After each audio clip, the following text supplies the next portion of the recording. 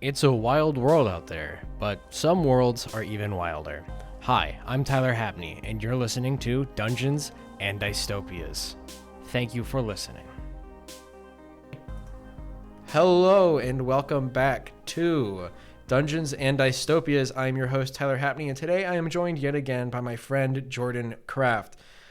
Today, we're just here to have a tiny little discussion about sort of some cyberpunk stories and characters that we've played. I think talking a little bit about characters is interesting. Oh, God, yeah.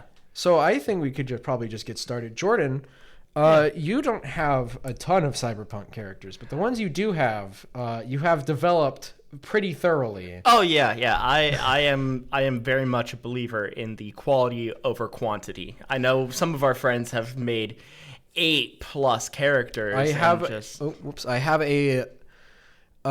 a limit of, I think, 15 characters per person, just because I didn't really think anyone would reach that point. I was wrong. Absolutely. Meanwhile, in contrast, four characters. I have 4 characters. 4 whole characters, and each one of them strikingly different from each other. Your first character, Russian physicist or nuclear physicist. Yes. He has a PhD from, what was it, University of Moscow? Yeah. He's, he was based off of... Well, his name is Sievert. So could you tell us a little bit about the significance of that name? Of course. Yeah, I try to always give my characters some kind of significant name in some way. Sievert is actually a measure of radioactive... it's a measure of radioactivity. When you look into it, there's a lot of different ways to measure it, but Sievert is one of the measures of how much radiation you've been exposed to. So if you ever watch, like, Chernobyl, for example, on HBO, they'll mention, so many millisieverts or sieverts of radiation exposure. And that's where Sievert got his name from, because he was a nuclear physicist and was sent to Night City to work in the hot zone. Right. The hot zone, for those who are uninitiated, is a large burning crater in the center of Night City where Arasaka Tower was bombed in the year 2023. Not our year 2023, the Cyberpunk's year 2023. Right. Not a year ago, not an actual year ago. This was written back in the 80s. Yes, but it's still really important lore. You'll see a ton of that if you play Cyberpunk 2077. Right. You'll hear a ton about that. Right. But let's talk a bit about Sievert. Sort of the things he has done. He's infamous now in our friend group and in your universe for the actions that have been partaken. Yeah. So just a sort of introductory to this, Sievert works for Sovoil, which is a metaphorical monster. Yes, a metaphorical monster of the week we've discussed on the show before. And Sovoil sent him to study the hot zone, but he got a little bored of that because it turns out that is a suicide mission. Right. The exact lore isn't exactly worked out. It's been kind of on and off discussions between me and Tyler, but I think the established thing that's happened is Sievert pissed off the wrong people in the wrong places, and they didn't... Savoy is venturing into a lot of different things, and nuclear physics is kind of on a downturn right now. So they didn't really need him, and so they said, we don't want to fire you, but we don't want to kill you. But we're going to give you a mission that's pretty much impossible. And so they sent him off to Night City into a radioactive hole in the ground and said, figure it the fuck out. Here's a radiation suit. Here is your radiation suit. And it was years that he spent in the hot zone before eventually he decided to get into edge running. Yeah.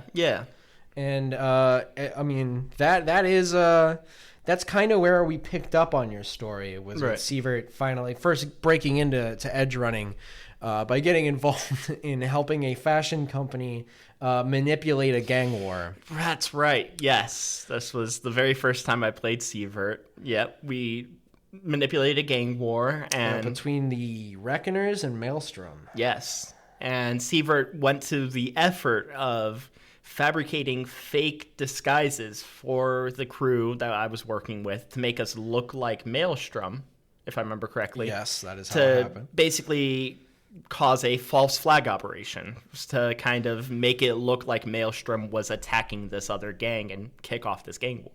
And kick off the gang war it did. It's still ongoing. It's been happening in the background. Yeah. We've been sort of developing the situation between Maelstrom and Reckoners for some time. The Reckoners being a doomsday cult that is mostly comprised of homeless people. So they blend in very well. And then Maelstrom, if you haven't played Cyberpunk 2077, Maelstrom are people who are obsessed with cybernetics and changing themselves to be more cybernetic. They want more metal than meat. Right. So Chrome up, Choom. Chrome up. Yeah. But Maelstrom and Reckoners have been at each other's throats in my universe for the last year or so. Yeah. And it's not getting any better for either of them. Turns out Reckoners are planning some stuff, but that's beside the point. Oh, they're always up to something. It's fun. We can get to that in a later episode. For now, Sievert, after starting his edge running career, right. It wasn't too long before somebody came to you and was like, "Hey, I want to build a certain device." So it didn't happen quite like that. We can run through the events of how I got involved with, because I have to remember the exact series of events, but I ended up on a job with a series of characters, one of which W, played by our friend Jake, who is in Korea right now, so I can't have him on as a deployment. guest. He'd be a wonderful guest. He would be. But his character was basically waging a war against one of the gangs in Night City. The Red Chrome. We talked about them a few episodes ago. Wonderful. Yes. So that was ongoing, and Sievert joined in. And the mission that I happened to join in on was sinking a boat that was being used to smuggle supplies in for Red Chrome. That's right. I remember it was the Oracle. The Oracle. If only you had an Oracle for it. Right. Because what we weren't aware of at the time, until after we had basically scuttled the ship and caused it to sink in the harbor, was that there was radioactive material on board. Yes, there was fissile material. Fissile material made for making a bomb. Yep. That was going to be in Red Chrome hands, but was now in ours.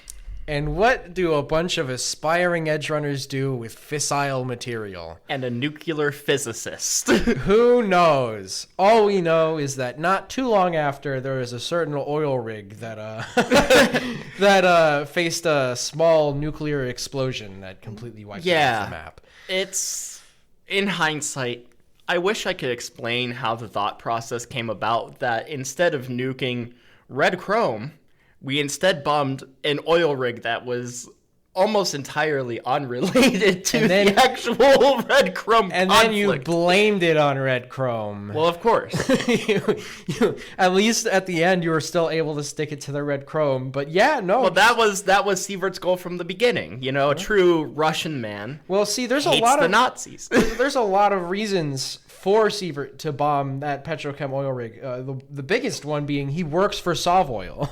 Yes. Well, he got shafted by Savoil, so it was a secondary priority. Yeah, I know, but it's still like, I think W mentioned the reason she wanted to do it was just to send a message.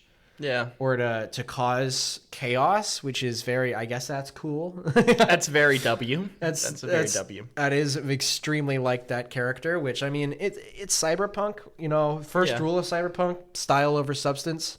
So if it looks cool, and it is cool, do it. Yeah. Ugh.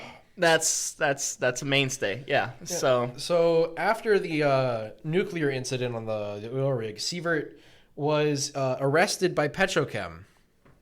Yeah, so... Well, arrested by Lazarus, who turned him over to Petrochem. There was a lot that played out in those couple of in those sessions after the oil rig, because Yeah. slowly it was the plan that we were going to try to get away with it, of course. And slowly the plans began to unravel. People started to rat.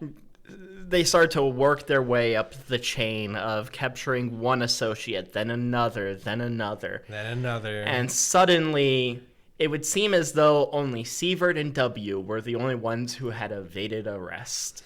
And that did not last. And Sievert, being a smart man, recognized, well, I think the jig is up at this point, and he turned himself in. He turned himself into Lazarus, which had been hired by Night City Council to investigate the sinking of the Oracle. Way back when when they were talking about the Oracle, and then they've been on Sievert and W's trail ever since. Yeah. And after the oil rig, that investigation basically got kicked into high gear. Yeah, it doubled, and it was tripled. Not long until everyone who was associated with that job had been found out. Yep. And Lazarus was going around arresting people like it was going out of style. Yeah, nighttime raids. It got messy. It did get messy, but that's not the end of Sievert. No. Oh, yeah, please take. Oh, well, I was just going to say that, obviously he was captured, and I think even immediately after it happened, I started reaching out to you and kind of coming up with plans and ideas of how this was going to play out. And there were particular characters that were involved in the raid. One in particular comes to mind, our friend Cody's character. Yes, Candy Natal. Famous rocker girl. Famous rocker girl. Basically our Johnny Silverhand. Yeah. Our little 2047 Johnny Silverhand. Yeah. Blew up an oil rig. I mean, Johnny Silverhand's blown up Arasaka before, It's kind of the same thing. Yeah, it's like a rite of passage. But there were things that happened on the job that Candy was not a fan of. And so in the aftermath of the raid and after being arrested, Candy held a bit of a grudge and actually ended up having to work for Petrochem, the people who own the oil rig. Candy got arrested by Lazarus too, and it was the deal Petrochem gave her was either we kill you for destroying one of our oil rigs, or basically indentured servitude, where she has to be Petrochem's, in-house rocker girl and play all of Petrochem's, crazy events and get them a bunch of, fan service and stuff like that. Yeah. So she's not dead. No, she's not dead. She took the Petrochem deal. Has been desperately trying to find a way out of it. Desperately. And coincidentally, the competition, Savoil, being also vaguely not happy about the fact that one of their associates got captured, is looking for a way to get back at Petrochem. And wouldn't you know it, the way they say is like, hey, what if we go and get that Sievert guy from Petrochem custody? And, they wanted to kill Sievert themselves. Yeah. But I believe Sievert was able to talk them out of it. Yeah, so Candy, in an effort to spite Petrochem and get back at Sievert for putting on the oil rig, went and started working for Savoil. Yeah. And basically got together a group and raided Petrochem and their secure facility. All masked up, by the way. All masked up. Of course. For once, I think we'll see if somebody actually gets away with a heist in Night City. It's hard to say because it's not only Petrochem that you guys screwed over. It is Night Corp who was looking at Sievert to get involved in another project of theirs. But of course, before Sievert could agree, he was kidnapped by a group of masked, disguised individuals. Who then turned him back over to Savoil. Yes. So, now Sievert is back in the hands of Savoil and is now being forced to edge run for them. Yep, until he dies, because last thing that happened before he got kidnapped from the Savoil or the Petrochem custody was Yeah, he was diagnosed with with a terminal disease. It turns out hanging out in a giant radioactive crater for years of your life does tend to form cancer. Yeah. Radiation causes cancer. Leave it to nuclear physicists to realize that, you know? Whoa, no way. Yeah, so now what was originally an edge runner sent to Night City to die is doomed to die in Night City. Yep. And at the end of the day, Savoil is still making money off of him. It's a vicious cycle. Yeah. But that's where the story is kind of at right now. We still need to get back into Sievert's new edge running lifestyle, right?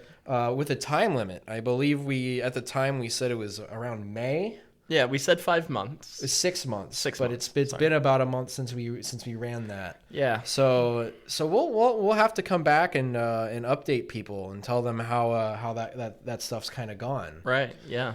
But we are kind of getting here towards the end of our 20-minute little podcast. So right. I'd like to direct our attention now to our closing segment that started with you here on the podcast. Yeah. Actually, the first one was Jordan.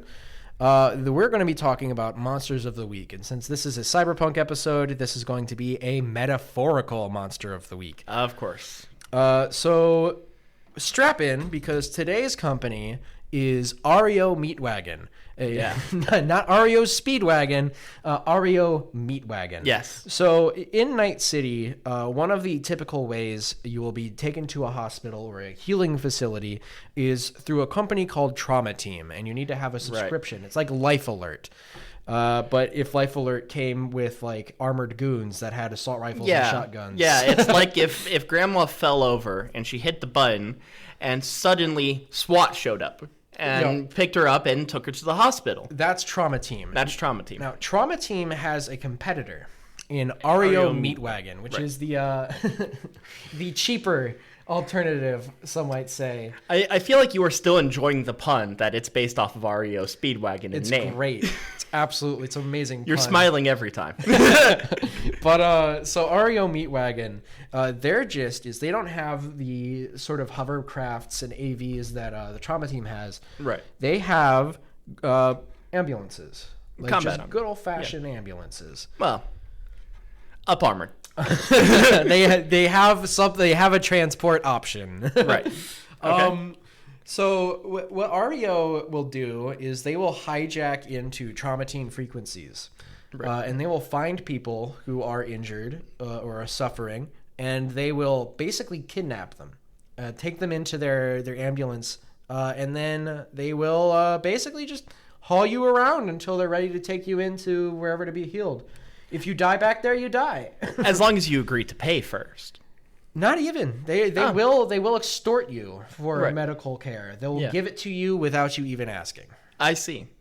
And then demand payment afterwards. Yes, of course, and then demand payment afterwards. One thing they also do, and another way they make a lot of money, is if you die in the back of an Ario Meatwagon, they will harvest you, every last bit of you. Great. Organs, cyberware, limbs, eyes. It's property of Ario Meatwagon if you die in the back of one of their transport vehicles. Wonderful. Generally, pretty terrible people. Yeah. That's definitely not a good move. I think everybody can universally agree. I definitely think Ario Meatwagon is I think it's one of the more fun companies just because of how terrible they are, like objectively. Like in Cyberpunk, you've got corporations like Militech and Arasaka who will probably be brought up in future episodes, but they're evil, but in their own way, in like a lawful evil. Like they're very reserved about what they do.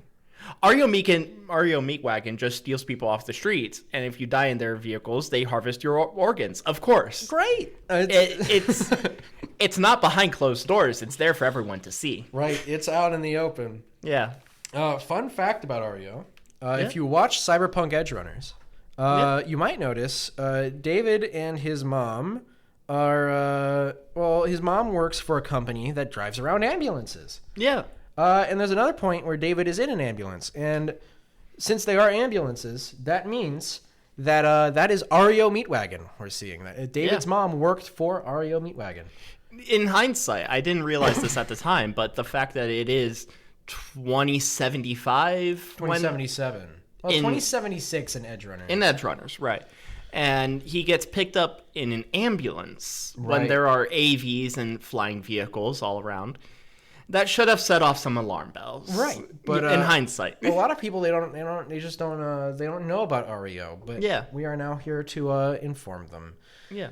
So if you haven't seen it and you go watch Edge Runners, just know that if David died in the back of that ambulance, he would have had his organs harvested. And his cyberware. And his cyberware. And it would have been a pretty quick end to the series. Yeah. But that is going to be it for us today. Right. Thank you so much for listening to Dungeons and Dystopias. Please come back next week. Yeah, I'm excited. All right. Come back next week. Thank you so much for listening to Dungeons and Dystopias.